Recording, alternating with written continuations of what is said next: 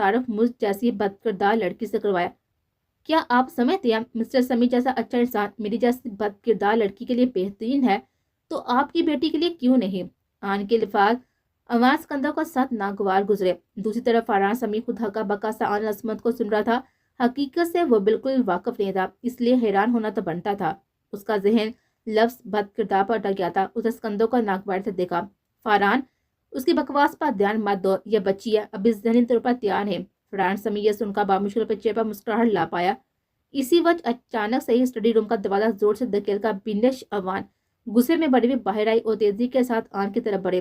آن، بے شرم، بے حیا، تم کو میرے معاملے میں زحمت کرنے کی ضرورت نہیں ہے۔ میرے ڈیڈ نے فرحان کو تم سے متعارف کروایا، اس نے تو تمہارے لیے بھلا سوچا ہے۔ تم سمجھ نہیں سکتی تمہارے لیے اچھا کیا ہے۔ کوئی تم پر تھوکنا بھی پسند نہیں کرے۔ خود کو دیکھو، کیا تم اس کی مستحق تھی؟ وہ غرور ورنہ حسد تھے اس کی مسلسل بے عزتی کر رہی تھی۔ چلو، میں تو مستحق نہیں، تم تو ہونا، تمہیں شادی کا لو، میں تو ڈیزرٹ نہیں کرتی۔ آنے سکون سے اسے جیسے تیل دکھائے، لیکن جیسے اس نے یہ کہہ کر ایک قدم پیچھے کیا، بینش نے غصے سے بے قابو ہوتے ہوئے اسے دکھا دیا، جس پر وہ سنبھل نہ سکی اور نیچے گر گئی۔ یہ دیکھ کر فرحان بے اختیار سے اٹھنے کو بڑھا۔ ٹھیک اسی وقت زیان عوان دروازہ کھول کر اندر داخل ہوا۔ یہ دیکھ کر کے فرحان آنکھ کو اٹھانے کے لیے جھکا، اس نے ایک سخت نظر اس پر ڈالی اور خود آگے بڑھ کر اسے اٹھنے میں مدد دی۔ یہاں کیا ہو رہا ہے؟ وہ ناسمجھی سے برہم انداز میں بولا۔ بھائی، اس کے لیے پریشان ہونے کی ضرورت نہیں ہے، یہ بےہودہ لڑکی نہیں جانتی کہ اس کے لیے کیا بہتر ہے۔ ڈیڈ نے مہربانی کر کے اس کو اپنے دوست کے بھتیجے سے متعارف کروایا، لیکن یہ نہیں جانتی کہ اس کے لیے بہتر کیا ہے۔ زیان نے ایک تیکھی نظر ویل چیئر پر بیٹھے ہوئے اپنے باپ پر ڈالی اور پھر فرحان سمیع کی طرف دیکھ کر اسے معذرت خواہانہ انداز میں بولا۔ مسٹر فرحان سمیع، آج کے معاملے کے لیے معذرت خواہ ہوں، میں اپنے باپ کی طرف سے معافی چاہتا ہوں۔ آنیہ عصمت آپ کے بالکل بھی قابل نہیں ہے، آپ جا سکتے ہیں۔ زیان، سکندر عوان غصے سے ویل چیئر پر ہاتھ مار کر دھارا۔ یہ دیکھ کر فرحان سمیع ان کی طرف مڑا۔ عوان صاحب، آئی تھنک آج واقعی کافی انتشار پھیل گیا، میں چلتا ہوں، آپ لوگ افہام تفہیم سے بات سنبھالے۔ یہ کہتی وہ اپنا بریف کیس اٹھا کر نکلتا چلا گیا۔ سکندر عوان نے سخت غصے سے آنیہ عصمت کو دیکھا۔ بس نہیں چل رہا تھا کہ کیا کر جائے۔ آنیہ عوان، تم کافی بدتمیزی کر چکی ہو، تم نے واقعی مجھ پر تھوک دیا ہے۔ یہ سچ ہے کہ میں تمہیں مر جانے کی حد تک غصہ دلانا چاہتی تھی، لیکن اس کی شروعات میں نے نہیں کی۔ وہ تم ہو جس نے اپنے آدمی کو بیچ کر مجھے اغوا کروایا۔ کیا یہ جھوٹ ہے؟ آن نے اسپاٹ انداز میں اسے گورا۔ بینش عوان تیزی سے اپنے باپ کے پاس آئی۔ ڈیڈ، یہ عورت کافی بے شرم اور بے حیا ہے، یہ فرحان سمیع کے لائق نہیں ہے، کیونکہ یہ سمجھتی ہے یہ بہت ہی چلاکی کے ساتھ علیدان شاہ کو پھانس لے گئے۔ بینش، بکواس بند کرو، زیان سے ساتھی سے ڈانٹا، اس آدمی کو اس کے ساتھ مت ملاؤ۔ بھائی، آپ نے اسے شہر دیا کہ آج یہ ہمارے سامنے بول سک رہی ہے، لیکن یہ ہم سب کو بیوقوف بنا رہی ہے۔ آپ بالکل بھی نہیں جانتے کہ اس کا رابطہ علیدان شاہ کے ساتھ ہے۔ بکواس، زیان دھارا۔ بکواس نہیں، میں نے اسے اپنی آنکھوں سے دیکھا آج کے دن کو علیدان کے ساتھ لنچ کرتے ہوئے، میرے پاس ثبوت ہے۔ اس نے یہ کہتے ساتھ اپنا فون نکال کر زیان کو ویڈیو دکھائے۔ زیان نے ایک نظر میں ہی پہچان لیا تھا کہ مقابلے کے سامنے بیٹھی ہوئی لڑکی جس کی پیٹھ نظر آتی ہے، آن کے سوا کوئی نہیں۔ اس کی ڈریس سے پہچان کیا تھا جو اب بھی پہننا ہوا تھا۔ اسے غضب سے بینش کے ہاتھوں سے فون چھین کر زور سے زمین پر دے مارا۔ بینش نے دکھ سے زیان کو دیکھا۔ بھائی، یہ آپ نے کیا کر دیا؟ زیان نے اپنی نظریں آن پر ٹکا دی، سخت لہجے میں پوچھا۔ آن، بولو، اپنے بھائی کو بتاؤ کہ یہ سچ ہے کہ تم اب بھی علیدان شاہ سے رابطے میں ہو؟ آن نے اپنی نظر جھکائی۔ ہاں۔ کیوں؟ تم نے مجھ سے جھوٹ بولا، وہ تکلیف سے چلایا۔ زیان بھائی، میں نہیں سمجھتی کہ میرا دوسروں سے نارمل رابطہ رکھنا بھی غلط ہے۔ اس بات پر میرے شمار غصے سے ہنکوڑا بڑھ کر آ گیا۔ ایسے کون نارملی کسی کی پیٹھ سے لاتا ہے جس سے کوئی مطلب بھی نہ ہو؟ اسے ظاہر ہوتا ہے کہ تم اسے بہکا رہی ہو، میں نے اپنی آنکھوں سے تمہیں اس کے ساتھ گلے لگتے دیکھا۔ ڈیڈ، وہ باپ کی طرف مڑی۔ میری مام نے جو کہا تھا وہ سچ ہے، چوہیا کے بچے صرف کاٹنا ہی جانتے ہیں، سو فطری طور پر یہ بد کردار عورت کی بیٹی بھی۔ بینش، بکواس بند کرو، وہ تکلیف اور دکھ سے حلق کے بال چیخے۔ اس سب سے کچھ برداشت ہو سکتا ہے، اس سے سب کچھ برداشت ہو سکتا تھا، لیکن اپنی ماں کے نام پر کچھ بھی برداشت نہیں کر سکتی۔ ماں نے بینش سے اپنی شدت سے کڑلاتی خون آلودہ نظریں ہٹا کر زیان کو دیکھا، پھر کامتے وجود کے ساتھ بینش پر سخت گولی ڈالے۔ اگر تم سمجھتی ہو میں علیدان شاہ کو بہکا رہی ہوں، تو اگر تم اسے بہکانے کے گڑ سے واقف ہو تو جاؤ، جا کے اسے راغب کرو، مجھے یقین ہے تم اس کے بال برابر قریب نہیں جا سکو گے۔ پھر اس نے شدت برداشت سے باری ہوتی ہوئی آواز پر اسکندر اوان کو کہا، اگر آئندہ تم نے کسی کو مجھے لینے کے لیے بھیجا تو میں تم پر اغوا کا مقدمہ کر لوں گے۔ ہمارے درمیان کوئی ریلیشن نہیں ہے تو تم کو بھی مجھے اپنے دوست کی بھتیجے کے ہاتھوں بیچنے کا حق نہیں ہے۔ زندگی میری ہے، مستقبل بھی میرا ہے، میں خود اپنا فیصلہ کر سکتی ہوں، تم کے میرے لیے پریشان ہونے کی ضرورت نہیں۔ وہ سخت لہجے میں نفرت سے سب کو دیکھتی مڑ گئی۔ اس کے باپ پر بینش نے پیر پٹایا۔ ڈیڈ، آپ نے اس کو اس لہجے میں بولنے کی اجازت کیسے دی؟ اسکندر اوان نے سر موڑ کر اسے بے بسی سے دیکھا۔ بچے، میں نے تم کو نہیں کہا تھا کہ جب تک فاران ادھر سے نہ جائے تم اندر نہ آنا؟ کیوں اتنی بے صبری ہو؟ اٹ از ناٹ لائک کہ آپ نے کچھ نہیں سنا کہ اس کتیا نے کیا کہا؟ اس نے آپ سے کہا کہ اس فاران کے ساتھ میری شادی کروا دے۔ اسے کیا حق ہے میرے لیے فیصلہ کرتی پھرے؟ اس کی ہمت بھی کیسی ہے مجھے فرحان سمیع کے ساتھ جوڑنے کی؟ بینش نے دانت پیسے۔ ڈیڈ، جتنا میں اس کے بارے میں سوچتی ہوں اتنا ہی غیر متفق ہوتی ہوں۔ یہ آن جو پیدا ہی کم حیثیت ہوئی ہے، اسے کیا حق ہے جو الدان شاہ کو اپنی طرف مال کرے؟ کیا وہ کوئی چیز ہے جو آن کو آسانی سے حاصل ہو جائے؟ کیا یہ سچ ہے کہ اس پر آن کا اچھا تاثر ہے؟ بینش باپ کے پاس آئی، اس اسکندر کا بازو کھینچ کر کہا، ڈیڈ، میں الدان شاہ سے شادی کرنا چاہتی ہوں۔ کیا تم بھی پاگل ہو گئی ہو؟ وہ موہے حیرت تھا۔ میں پاگل نہیں ہوئی، وہ ایسا کر سکتی ہے تو میں اس سے زیادہ قابل ہوں۔ میں امان خاندان کی جائز وارث ہوں، کیا وہ نہیں ہے؟ الدان شاہ کو نہیں معلوم تھا کہ آپ کی بیٹی ہے، لیکن اگر علی خان کو اصل بات پتہ چلی تو اسے دیکھے گا بنے۔ دونوں خاندان کے بچے ایک دوسرے سے شادی نہیں کر سکتے، یہ ناممکن ہے۔ دونوں قبیلوں کی نسلوں میں پہلے سے ہی بدگمانیاں موجود ہیں۔ اوان اس کی بے سرو پا سن کر تپ کر بولا، یہ کیوں ممکن نہیں؟ اگر ہماری نسل شادی کرے تو ہو سکتا ہے کہ نسلی بدگمانیاں ختم ہو جائے۔ اس کے علاوہ یہ بھی تو سوچیں، اگر میں اوان خاندان کی بیٹی شاہ خاندان کی بہو بن جاؤں تب دونوں خاندانوں میں امن ہو جائے گا۔ کیا ہم بڑے فاتحہ نہیں بن جائیں گے؟ الدان شاہ اوان خاندان کا داماد بن جائے۔ Dad, think about it carefully. جب بینش اوان نے یہ کہا کہ تب اوان اسکندر کے کچھ پل غور و فکر میں ڈوب گیا۔ یہ معاملہ واقعی ایسے ہوا جیسے بینش کہہ رہی ہے تو یہ زیادہ بہتر ہو جاتا ہے، حالانکہ اسے یہ ڈر بھی تھا۔ اس نے اپنا سر ہلایا۔ الدان شاہ کو ڈیل کرنا آسان نہیں ہے۔ اگر اسے تم سے شادی کرنا چاہے تو یہ سب سے مشکل مرحلہ ہوگا۔ ڈیڈ، مجھے پرواہ نہیں ہے، اگر آپ میری مدد نہیں کرتے تو میں خود ہی کر لوں گی۔ جب وقت آئے گا تو میں اوان خاندان کو نیچا دکھانے کی پرواہ بھی نہیں کروں گی۔ وہ ضدی لہجے میں نحوست بڑے ہوئے لہجے میں بولے، آل رائٹ، ابھی کچھ گڑبڑ کرنے کی کوشش مت کرنا، نہ ہی جلدی مچانے کی ضرورت ہے، مجھے کچھ سوچنے کا وقت ہو۔ اوان نے اسے ٹھنڈا کرنے کی کوشش کی تھی۔ زایا نے اس کا مین انٹرسٹ تک پیچھے کیا اور پھر گھوم کر اس کے سامنے آ کر اس کی راہ روک دی۔ آن نے اسے بڑا انداز میں دیکھ کر لب بیچ کر اس کا بامشکل کچھ غلط کہنے سے روکا۔ اب آپ نے بھی کچھ کہنا ہے؟ انداز سرد تھا۔ اب میری باری ہے کہ تم سے کچھ پوچھو، کیا تم مجھے کوئی وضاحت نہیں دو گی؟ زایا کا انداز کچھ بھرم تھا۔ مجھے آپ کو کوئی بھی وضاحت دینے کی ضرورت نہیں ہے، آن اسے بنا دیکھے ہوئے اسپاٹ انداز میں جواب دیا۔ آن، کیا تم نے اپنی زندگی کو مذاق سمجھ رکھا ہے؟ پہلے بھی کتنی بار میں تمہیں منع کر چکا ہوں، الدان شاہ کو اتنی اجازت مت دو۔ پھر کیوں تم نے میری بات نہیں مانی؟ وہ جیسے بے بس ہوا۔ کیوں؟ میں کیوں اس کے ساتھ نہیں ہو سکتی؟ آن نے سوالیہ انداز سے دیکھا۔ کم از کم اس کی فیملی نے مجھے تکلیف تو نہیں پہنچائی۔ وہ جیسا باہر سے دکھتا ہے اندر سے اتنا ہی سچا ہے۔ آپ اس جیسے نہیں بن سکتے، کبھی نہیں۔ اس کا مطلب تم مجھ سے پیار کرتی ہو؟ زایان کی آنکھوں میں اب جیسے شعلوں کی لپٹ تھی۔ یہ جاننا اس کے لیے سہانے روز تھا جیسے اب۔ کیوں؟ کیا ہم اس کی محبت کے قابل نہیں ہو سکتی؟ آن نے سر اٹھا کر اسپاٹ نظر سے دیکھا۔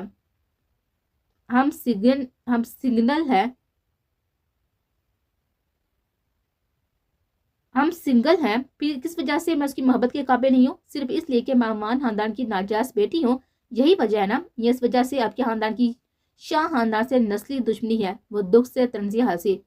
مجھے تو یہ بھی معلوم نہیں کہ آپ کی عداوت کس بات پر ہے اور اس کا میرے سے کیا لینا دینا۔ نیز میں آپ کے خاندان کی فرد نہیں ہوں، لہٰذا ان دونوں خاندانوں کے مابین نفرت کا مجھ سے کوئی لینا دینا نہیں ہے۔ آن نے صاف صاف جتایا۔ وہ تمہاری شناخت جانتا ہے، اس کا مقصد تمہارے قریب آنا ہے، سمپل۔ کیا میں آج تک کبھی تمہارے لیے نقصان کی وجہ بنا ہوں؟ آن، چاہے ساری دنیا کے لوگ کو تم کو تکلیف پہنچائے، میں کبھی نہیں، سمجھی تم؟ زایان کے الفاظ نے کچھ پل آن کو خاموش کر دیا تھا۔ وہ اچھی طرح جانتی تھی اس کا بھائی اس کے لیے نقصان کی وجہ کبھی نہیں بن سکتا، تاہم وہ کیا کر سکتی تھی؟ اس نے اسے بار بار مسترد کیا، جتنا وہ کر سکتی تھی اسے دوری بنانے کی کوشش کرتی تھی۔ الدان شاہ ایک اچھا انسان تھا، کیا وہ اسے صرف آپس کی رنجش کی وجہ سے تکلیف پہنچا سکتی تھی؟ جس بات کا آن سے کوئی لینا دینا ہی نہ تھا، وہ شخص کو کیوں تکلیف پہنچاتی جس کے ساتھ اچھا تھا؟ بھائی، میں اب الدان شاہ کے ساتھ نہیں ملوں گی، لہٰذا مزید نفرت کی باتیں نہ کہیں۔ اس کا میرے قریب آنے کا اگر کوئی مقصد ہے بھی تبھی اس نے مجھے کوئی تکلیف نہیں پہنچائی۔ میں تھوڑی سی تھکی ہوئی ہوں، مجھے واپس جانا چاہیے۔ یہ کہہ کر وہ مڑی ہی تھی کہ زایا نے کلائی سے تھام لیا۔ میں تم کو چھوڑ آتا ہوں۔ آنے نفی میں سائل لایا۔ نہیں، میں خود سے چلی جاؤں گی۔ یہ کہتے ساتھ ہی کلائی چڑھوائی اور گیٹ سے باہر نکل گئی۔ زایا نے ایک ٹھنڈی سانس پڑ کر خود کو ریلیکس کیا اور گھر کے اندر داخل ہوا۔ بینش کب کی جا چکی تھی۔ وہ اوان سکندر کے پاس آیا اور انداز میں برہمی کا تاثر لیے ہوئے بولا، آئندہ ان ردی لوگوں کو آن سے متعارف مت کروائیے گا، ورنہ میں ایک ایک کر کے سب کو دیکھ لوں گا۔ ڈیڈ، یہ میری آپ کو آخری وارننگ ہے۔ کسی کو بھی اجازت نہیں ہے کہ آنیا کو بھی چھو سکے۔ یہ کہتے ہی برہم انداز میں تیز سے مڑ کر سینیاں چڑھتا ہوا اوپر چلا گیا۔ ہاں، آنیا صرف اس کی ہے، کوئی اسے چھو نہیں سکتا۔ نو ون۔ جب وہ اپنی بلڈنگ کے پاس پہنچے تو اس جگہ کو دیکھ کر رکے جہاں پر الدان شاہ ہمیشہ اس کی انتظار میں کھڑا ہوتا تھا۔ اوپر سینیا تک جانے سے پہلے وہ وہاں پر 3 منٹ تک گمسم سی کھڑی رہی۔ وہ اب نہیں چاہتی تھی کہ اس کے سامنے آئے، کیونکہ اب اس نے اسے فاصلہ رکھنے کا فیصلہ کر لیا تھا، لیکن ابھی اسی وقت وہ دکھ میں تھی۔ لاشعوری طور پر وہ چاہ رہی تھی کہ اسے دیکھے، کیونکہ اس کی باہوں کا حصار سچ میں اس کے مردہ ہوتے احساسات کے لیے زندگی تھا۔ وہ آہستہ آہستہ تھکی تھکی سی پسماندہ سی نیچے بیٹھتے چلے گئے۔ وہ اپنے بازو کو اپنے گرد اوڑھ لیا، تصور کیا جیسے کوئی اسے گلے لگائے ہوئے ہے اور اسے پر سکون کر رہا۔ تبھی بیگ میں سے فون گنگن آیا۔ آنے کے اندر سے بیگ اتارا اور فون نکال کر چمکتے نمبر کو دیکھا جہاں پر یہ الفاظ چمک رہے تھے، شاہ خاندان کا تیسرا ولی عہد۔ یہ دیکھ کر آن کے ہونٹ لاشعوری طور پر بے اختیاری تھوڑے سے مسکراہٹ میں ڈال گیا۔ اس نے بے چینی سے کالپی کی۔ دوسری طرف دیکھو تو جیسے فون اتنی جلدی سے اٹھا لیے جانے پر الدان کو شدید حیرت ہوئی۔ اس نے بے یقینی سے فون کو دیکھا۔ کیا یہ واقعی کنیکٹڈ ہوا ہے؟ الدان شاہ نے کچھ نہ بولا، نہ ہی دوسری طرف زمین پر ایک بازو کو ٹانگوں کے گرد اوڑھے دیوار سے سر ڈکائے، دوسرے ہاتھ سے فون کو کان سے لگائے بیٹھے وجود نے ہی آواز کی۔ دونوں کافی دیر تک خاموش رہے تھے۔ تب الدان نے خاموشی کو توڑا اور پوچھا، کہاں ہیں آپ؟